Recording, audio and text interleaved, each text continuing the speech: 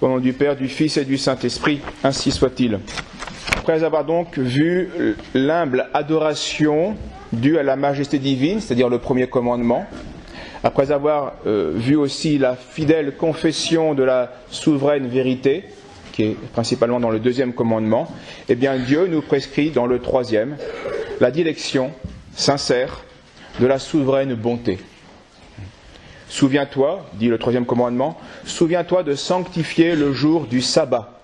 Pendant 6 jours, tu travailleras, mais le 7e jour, c'est pour le Seigneur ton Dieu, et tu ne feras aucun ouvrage en ce jour. Dieu, par là, donc, nous demande la sanctification, c'est-à-dire le fait de tourner notre âme vers Dieu, de nous convertir à Dieu. Notre âme doit être attentive à Dieu et se souvenir que Dieu est saint, qu'il est bon et qu'il est vrai.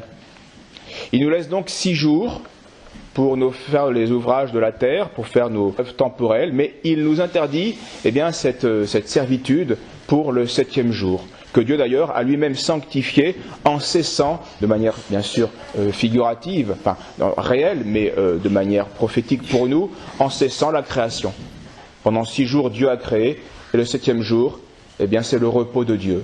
Il s'est reposé en ses œuvres. Les Juifs charnels nous accusent de ne pas respecter ce repos du sabbat, donc de ne pas respecter la loi de Dieu. Parce que bien, nous travaillons le samedi, tandis que nous chômons le dimanche. Nous nous reposons en Dieu le dimanche. Eh bien, il faut, pour répondre à leur erreur, il faut comprendre que le commandement était d'abord moral et ensuite figuratif. Ce commandement est d'abord moral parce qu'il nous demande réellement de consacrer un temps, une journée à l'amour de Dieu. Enfin, dans cette journée, un temps particulier à l'amour de Dieu.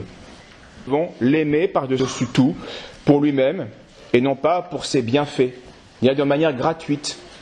Toute la journée, toute la semaine, pendant ces 6 jours, on profite des dons de Dieu.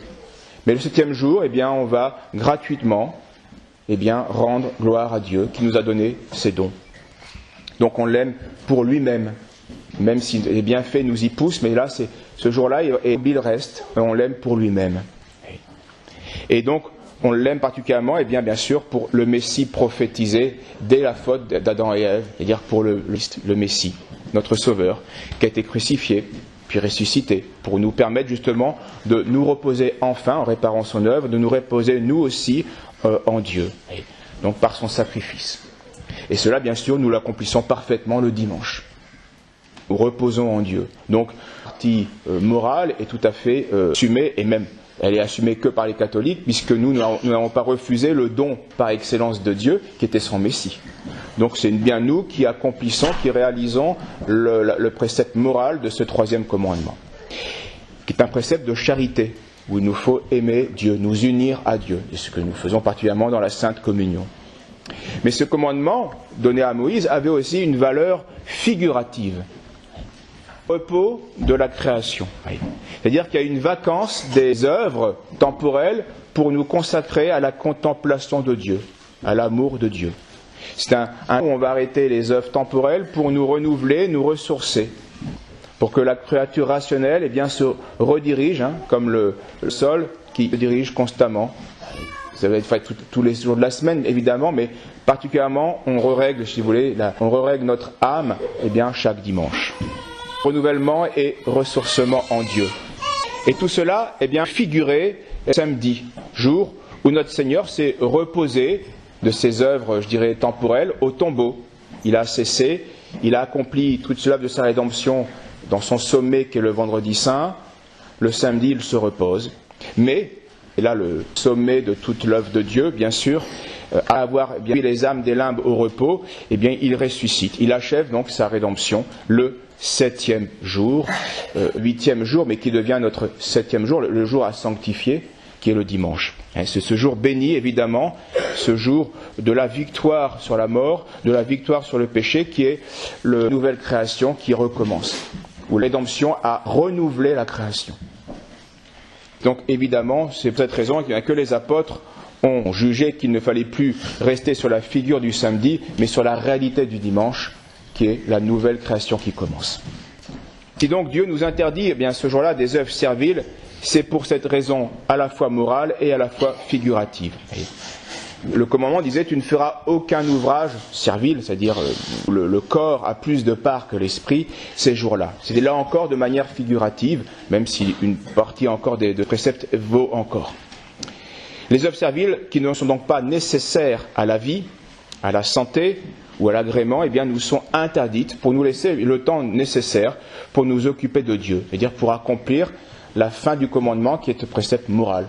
Aimer Dieu, nous unir à Dieu, nous reposer en lui. Nous ne sommes pas comme les Juifs charnels, bien sûr, qui eux appliquaient de manière à l'être cette absence de préceptes serviles, au point qu'ils hésitaient même à est-ce que j'ai le droit d'aller au puits et de faire un effort physique pour aller chercher de l'eau au fond du puits.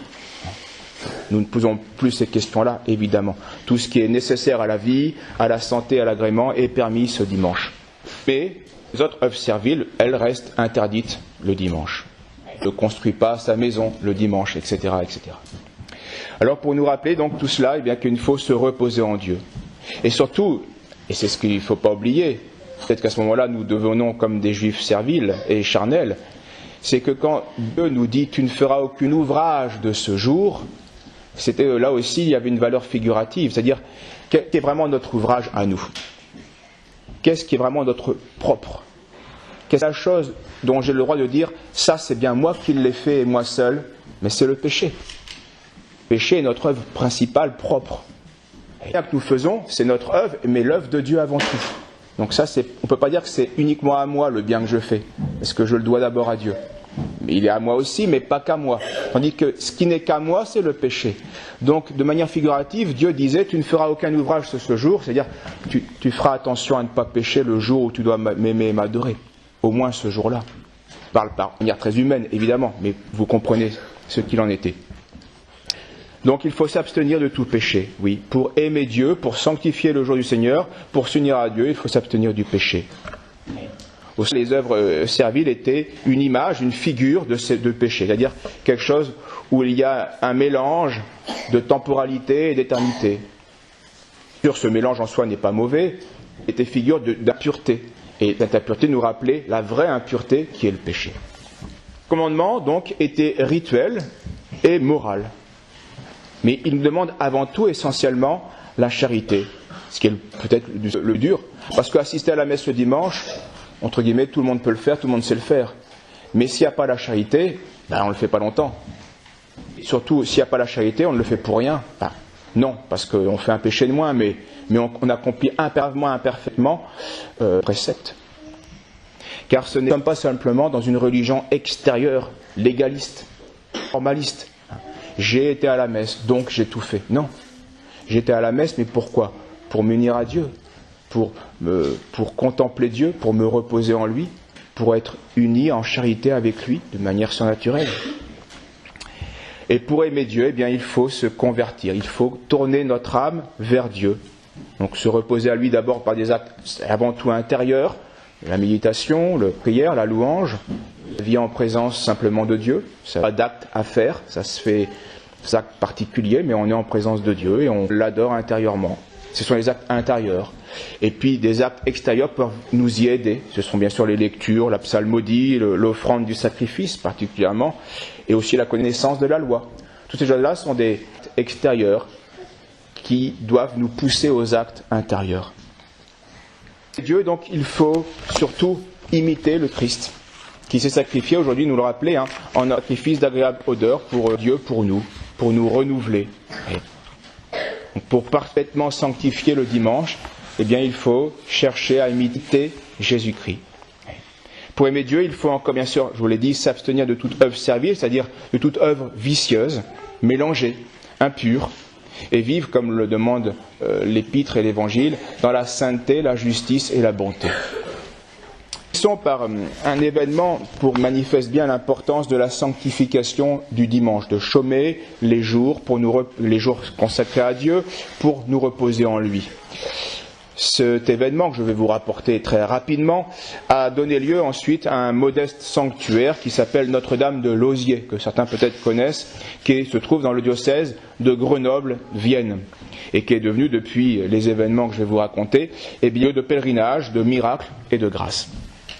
Ce qui se passait donc sous Louis XIV, et un jour, un protestant calviniste hérétique, Pierre Port-Combet, qui était baptisé mais hérétique, eh bien, méprise le précepte, le troisième commandement de Dieu. Il ne chôme pas, il ne se repose pas en Dieu dans un jour consacré à Dieu.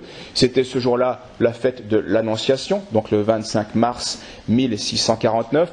Et à l'époque de Louis XIV, en raison des accords entre l'Église et le royaume de France, eh bien ce jour-là était chômé comme un dimanche, comme une grande fête, comme la Toussaint.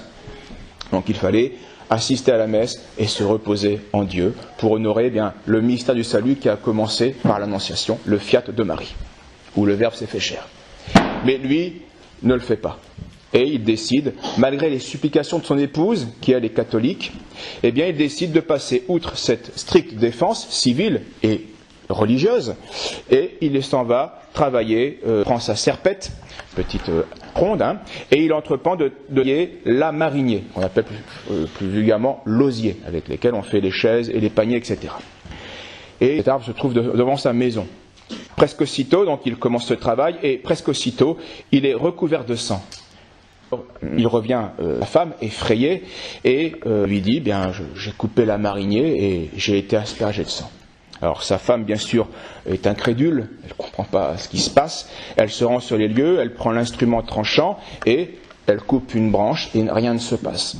Alors le mari reprend la serpette, recoupe des branches et lui de nouveau est aspergé de sang. Parce que lui, il voulait travailler, elle voulait voir ce qui se passe, elle ne comprenait pas. Alors, comme cette loi civile avait à l'époque, bien sûr, protégé la loi religieuse, royaume chrétien, eh bien, Pierre fait une faute civile, il est poursuivi par la justice pour avoir enfreint la loi, la justice du roi, pour avoir enfreint une interdiction de travailler un jour de fête chômée.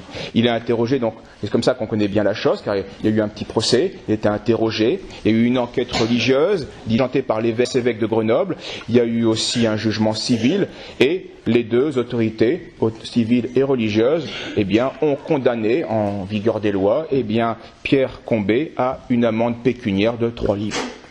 Ce qui doit être assez important, je pense. Pour autant, eh bien, Pierre Combet eh bien, ne se convertit pas au catholicisme, mais bien sûr, il reste très marqué et effrayé de ce qu'il a connu, mais il continue de sa vie de huguenot. C'est 7 ans plus tard que la fin de l'histoire arrivera, en 1656, en mars. Il labourait son champ et là, la Sainte Vierge eh bien, lui apparaît. L'attelage va s'arrêter, les bœufs vont s'arrêter et elle l'engage vraiment à penser à son âme et à se convertir. Elle l'avertit que sa fin est proche et elle lui dit que s'il ne change de son état, il sera l'un des plus grands tisons d'enfer qui ne fut jamais. En revanche, il changeait de religion, eh bien Marie, elle, le protégerait devant Dieu. Et elle lui indiqua aussi de dire aux habitants voisins que leurs prières ne sont pas assez ferventes. Et que s'ils les font plus ferventes, ils recevront beaucoup plus de grâce et de faveur de Dieu. Alors cette fois-ci, il ne remet pas sa conversion plus tard, enfin, il va se convertir, mais sur son lit de mort malgré tout, le 15 août 1657, il abjure son hérésie et il reçoit la Sainte Eucharistie, qui manifestait bien, car c'était, je vous l'avez déjà dit, les calvinistes avaient la haine de l'Eucharistie, et donc en recevant son Dieu, dans le Sainte Eucharistie, il manifeste parfaitement son retour à Jésus-Christ, tout simplement, et à l'Église catholique, celui qui n'amasse pas avec moi disciple, dit l'Évangile. Et il va mourir 8 jours plus tard, le 22 août. Remarquez bien la protection de Marie, il se convertit le 15 août, et le jour octave, 22 août, du cœur immaculé de Marie, eh bien, il est rappelé au ciel pour non pas aller en enfer, mais pour jouir de Dieu et se reposer éternellement en Dieu. Au nom du Père, du Fils et du Saint-Esprit, ainsi soit-il.